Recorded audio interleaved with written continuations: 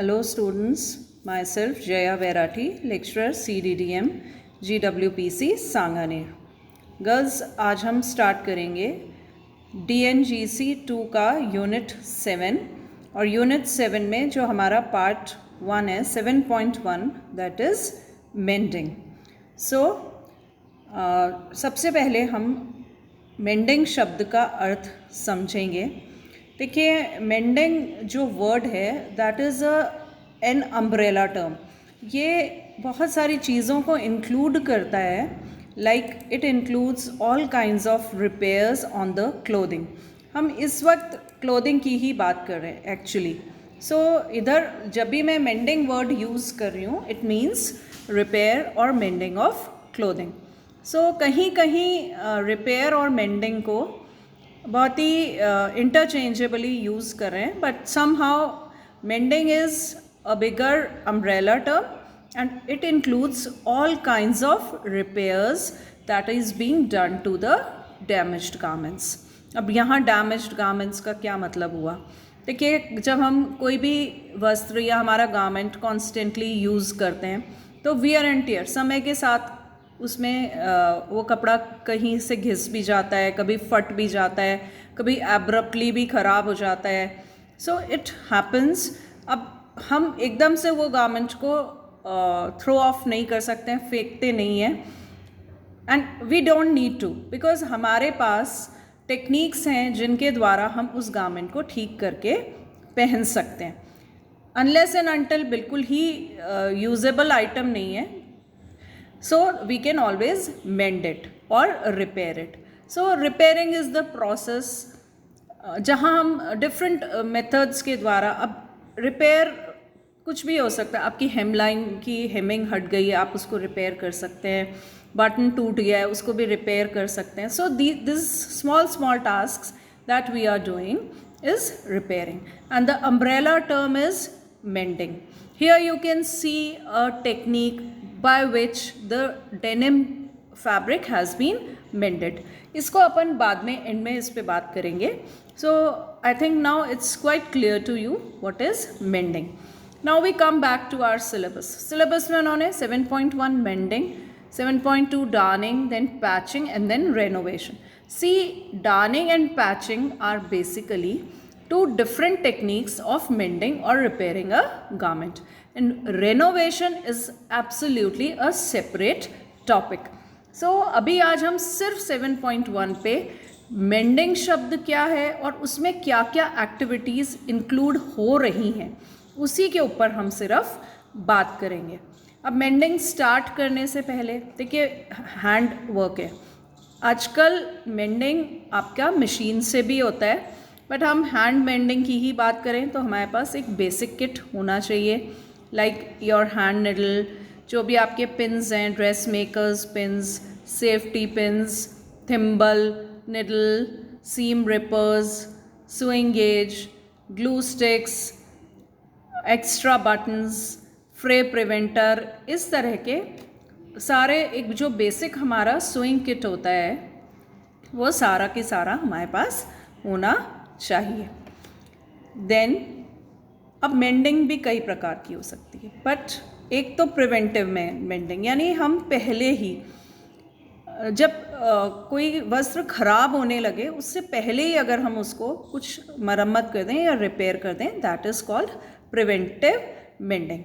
अभी आपको कई बार देखते हैं थ्रेड्स लूज़ होते हैं, कहीं कहीं सीम्स एंड में लॉक नहीं करी हुई है। अगर लूज़ थ्रेड है तो आप का वो थ्रेड खिंच के और आपकी सीम रिप ऑफ हो जाएगी। अगर हम उस लूज थ्रेड को पहले ही टाई कर दें तो that is included in preventive mending. अभी और एग्जांपल लेते हैं प्रिवेंटिव मेंडिंग का। जैसे आपके बटन्स लूज़ हो जाते हैं, अभी हम उसके गिरने का वेट नहीं करें और पहले ही हम वापस उस बटन को फास्टन कर दें, ठीक कर दें। उसके अलावा other snap buttons, hooks, eyelets, कोई भी चीज़ जो हल्की सी लूज़ हो गई है उसको ख़राब होने के या गिरने के पहले ही हम वापस उसको ठीक कर दें। अगर सीम थोड़ी सी रिप ऑफ हो गई है, यानी सीम खुल गई है, तो पूरा की पूरा गारमेंट खुले उससे पहले ही जो 1 सेंटीमीटर 2 सेंटीमीटर जहाँ हमको दिखाई दे रहा है उसी पे हम वापस से सीम लगा दें। तो इस सारी की सारी आपकी जो प्रिवेंटिव टेक्निक्स हैं जिनके माध्यम से हम अपने गारमेंट की ब्यूटी और उसकी लाइफ दोनों बढ़ा सकते हैं। बिकॉज ये एक प्रिवेंटिव मेंडिंग के एग्जाम्पल्स हैं। Girls mending includes everything. अभी हम सिर्फ वोवन फैब्रिक या वोवन गारमेंट्स की बात नहीं कर रहे, नेटेड गारमेंट्स में भी हमारे बहुत सारे रिपेयर्स करने की ज़रूरत पड़ती है, तो that is also included in mending. So आपका प्रिवेंटिव मेंडिंग हो सकता है। अब आप इसको बाय हैंड भी कर सकते हैं और बाय मशीन भी कर सकते हैं। आजकल मशीन टेक्निक्स भी यूज़ हो रही हैं। Then other methods of mending. अब एक्चुअली हमारे गारमेंट में कोई होल हो गया है, कोई और प्रॉब्लम हो गया है, सो यू सी यहाँ पर हम एक्चुअल मेंडिंग या रिपेयर का काम करेंगे। So first is darning. ये हमारे सिलेबस में दिया गया है। हम इसको कहते हैं आपका डार्निंग जो है उसको हम रफू बोलते हैं हिंदी में। हम सभी ने कभी ना कभी अपने लाइफ में रफू देखा है। बिल्कुल जिस वीव का हमारा फैब्रिक है हम उसी वीव से वापस उस होल को बंद कर देते हैं, that is darning. Then patching. हम सेपरेटली कोई ऊपर से पीस ऑफ फैब्रिक, कोई स्टिकर, कोई एम्ब्रॉयडरी, इस तरह से अगर हम उस होल को या कहीं वहाँ पर कोई स्पॉट आ गया है, कोई स्टेन आ गया है, उसको कंसील कर देते हैं, then it is called patching. Patches बहुत डिफरेंट टाइप्स के होते हैं। मशीन से पैचिंग हो सकती है, बाय हैंड हो सकती है। आजकल आयरन ऑन पैचेस आते हैं, कार्टून शेप्स, डिफरेंट शेप्स में पैचेस आते हैं। बट डार्निंग एंड पैचिंग हम अपने नेक्स्ट लेक्चर्स में डिटेल में पढ़ेंगे। Then replacement. आपका कोई गारमेंट का एक पार्ट फट गया, आपने उस पूरे गारमेंट के पार्ट को ही क्या कर दिया है, रीप्लेस कर दिया। जिपर ख़राब हो जाता है, it's a very common problem. So पूरी की पूरी जिपर ही नई लगा दें। इलास्टिक्स ख़राब हो जाते हैं, उनको रीप्लेस कर दें। बेल्ट कैरियर्स जो हम कहते हैं ना, बेल्ट लूप्स या बेल्ट कैरियर्स, इनको भी ये कई बार खुल जाते हैं, छोटे छोटे स्टिचेस होते हैं वो निकल जाते हैं, तो हम वापस से उसको लगा दें। उसके अलावा हम हेमलाइन की बात हमने पहले भी करी, उस हेमलाइन पर वापस हेम लगा दें। अब नेटेड फैब्रिक की मैंने जैसे बात करी थी कि कहीं से धागा खिंच गया है नेटेड फैब्रिक में भी, सो हम उसको भी रिपेयर कर सकते हैं। और pulled threads in woven fabric. So these are some of the basic things about mending. आपको ये बात समझनी है कि mending is that umbrella term and it includes whole lot of techniques and activities जो हमारे गारमेंट की लाइफ को बढ़ाए, उसकी ब्यूटी को ख़राब होने से बचा सकता है। Now as I told you that जो हमने फर्स्ट पिक देखा, this is basically a Japanese technique of mending garments.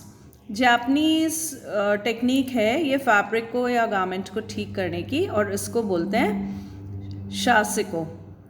और बड़ा सिंपल टेक्निक है जहाँ पर ये आप देख रहे हैं सिंपल रनिंग स्टिचेस, और उस रनिंग स्टिचेस के नीचे इन्होंने एक एक्स्ट्रा पैच लगा दिया। It can be a running stitch और a back stitch. Then you should have a sashiko thread. It's only an example.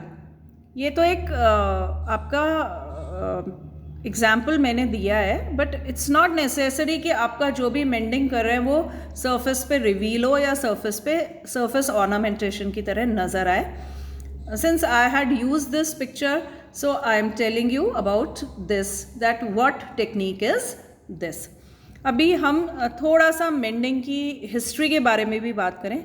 So long back अगो, जब से हमारे गारमेंट्स बनने लगे हैं, या बहुत सारा मतलब आपको पता है हमारी क्लोथिंग हिस्ट्री बहुत ही पुरानी है।